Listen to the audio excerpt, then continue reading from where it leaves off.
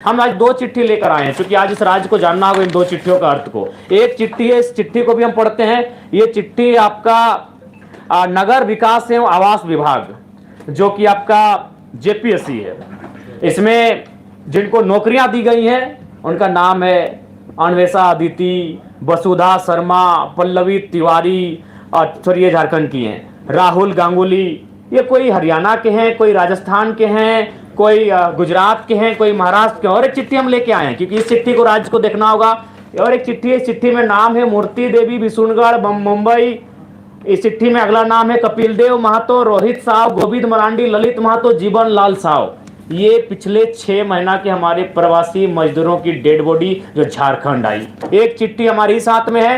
ये चिट्ठी जिनमें 28 लोगों का नाम है, जिनमें 18 लोग हमारी नौकरियों को लूट के लेके जा रहे हैं और सरकार तमाशा देख रही है, बेचने का काम कर रही है। और इसी चिट्ठी में 16 लोगों का नाम है। यह प्रवासी मजदूरों की मौत का लिस्ट है। ये इसलिए झारखंड राज्य नहीं बना था। ये पीड़ादायक, हमें आप बार बार बाहरी भीतरी की बात करते हैं, ऐसी पीड़ादायक तस्वीर किसी राज्य की नहीं है। ये सिर्फ पिछले 2 महीनों की लिस्ट है। मैं तारीख पढ़ूंगा, 23 तारीख 7वां महीना 2024, 23 तारीख 7वां महीना 2024, 12 तारीख 7वां महीना 2024, 13 तारीख 7वां महीना 2024, 15 तारीख 7वां महीना 2024। तो हम मरने के लिए झारखंड पैदा नहीं हुए हैं।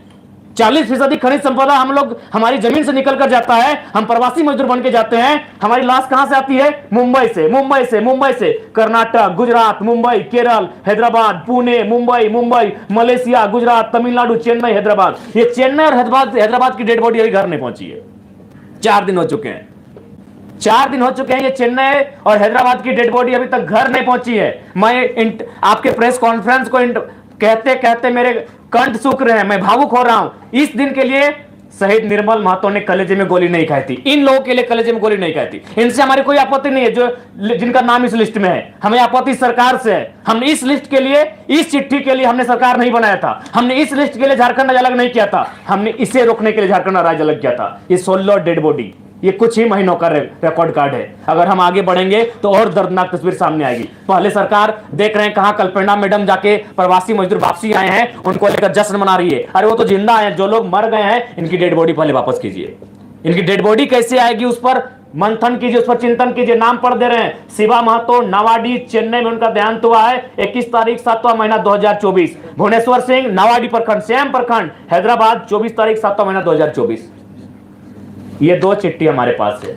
अब ये 2 चिट्ठी देखकर राजवासी तय करेंगे कि कब तक आखिर हमारे भोले भाले राजवासी इनके झांसों में ठगे जाएंगे। एक चिट्ठी जिनमें 28 नौकरियों का जिक्र है, ठीक है, 60-40 अनुपालन हुआ है, ठीक है, ये बी ग्रेड की नौकरियां हैं। लेकिन आप जो अपेन टू ऑल है उसमें आपको कुछ रास्ते तैयार करने होंगे। जैसे गुजरात और उड़ीसा में हमारे कई साथी जब इंटरव्यू के लिए गए, उनको गुजराती और उड़िया भाषा में इंटरव्यू का पेपर दिया गया, उस भाषा में उनको इंटरव्यू का लेटर दिया गया। तो ये राज्य सरकार को सोचना होगा कि आप इस चिट्ठी को कैसे इस चिट्ठी को और इस चिट्ठी को कैसे आप सुधार करते हैं। ये नहीं होगा। इस चिट्ठी के लिए, इस पेपर के लिए झारखंड राज्य अलग नहीं किया था। हमने इस पेपर को समाधान करने के लिए झारखंड राज्य अलग किया था कि 40% खनिज संपदा देने वाला राज्य आज 2 महीनों में 16 प्रवासी मजदूर, उनका मृतक शरीर इस वतन में, इस प्रांत में वापस आता है। यह दुर्भाग्य का विषय है। तो इसलिए आज के हमारे प्रेस कॉन्फ्रेंस का उद्देश्य स्पष्ट है कि जो विधानसभा का सत्र जाएगा, 81 के 81 विधायकों को यही संदेश होगा कि आप कैसे यहाँ के नियोजन में,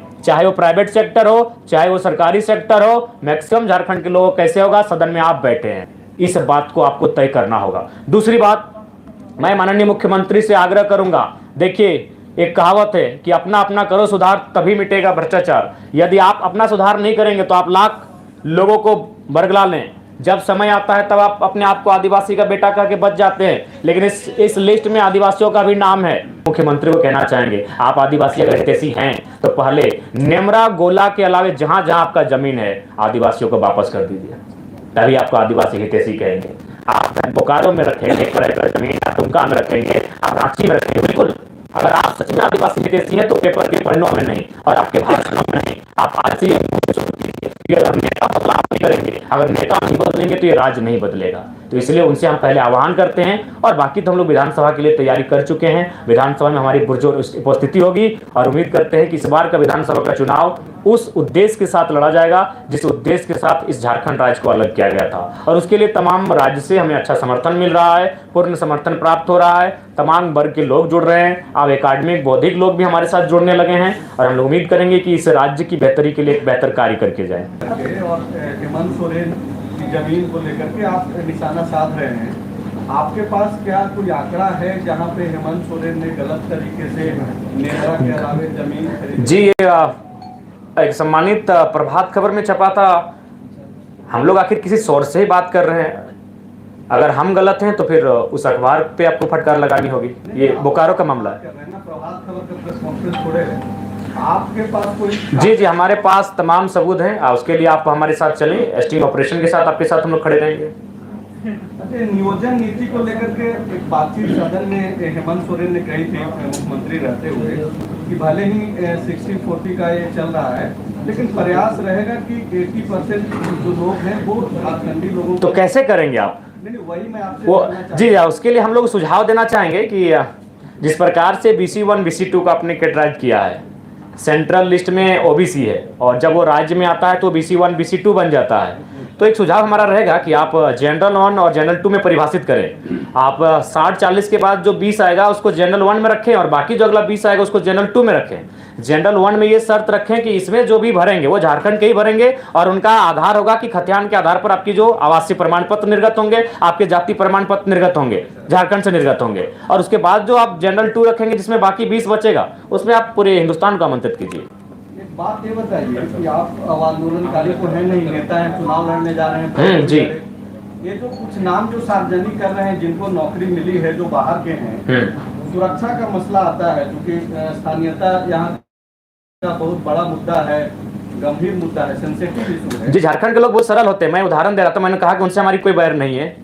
हमें उस सिस्टम से आपत्ति है कि आप हमारी बॉडियां प्रदेशों से वापस आएंगी और हमारे हिस्से की नौकरियों का किसी और को बांटेंगे, इससे लेकर हमें आपत्ति है।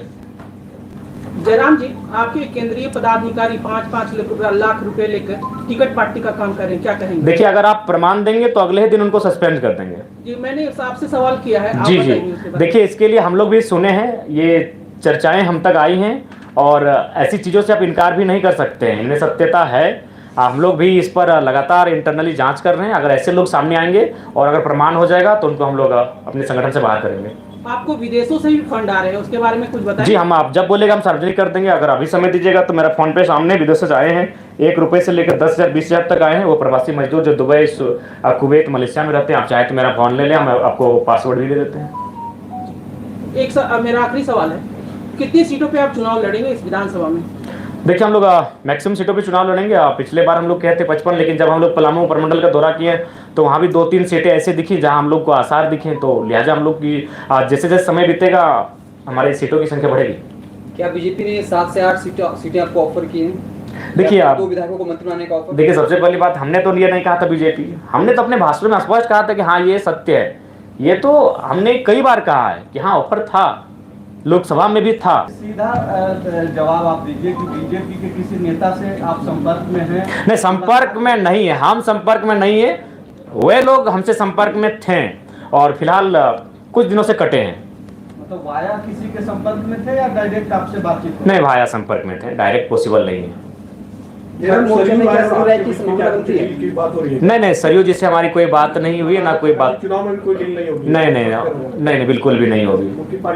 अगर वो नेतृत्व स्वीकार करते हैं, आपका एक शर्त था कि आपका नेतृत्व स्वीकार करें, अगर सरयू राय अगर आपका नेतृत्व स्वीकार कर लेते हैं तो क्या धर्ममोर्चा की संभावना बनती है? देखिए, वो काफ़ी आयु में हमसे वृद्ध है, तो हम चाहेंगे कि वो जहाँ है बेहतर हैं, और हम लोग लगता है कि शायद उस तरह से हमारे जो युवा हैं पता नहीं उनके साथ फिट बैठेंगे कि नहीं, तो उस पर कभी बातचीत हुई नहीं है और हम लोग उस पर बातचीत भी नहीं किए हैं। हम लोग अपने स्तर से अपने आप को बेहतर कैसे करें इस पर काम कर रहे हैं। विधानसभा चुनाव में क्या किसी पार्टी के साथ आप गठबंधन करेंगे? क्योंकि बहुत नहीं, हम लोग चुनाव फ्रेश लड़ेंगे और बिल्कुल अपने सिद्धांतों के साथ लड़ेंगे।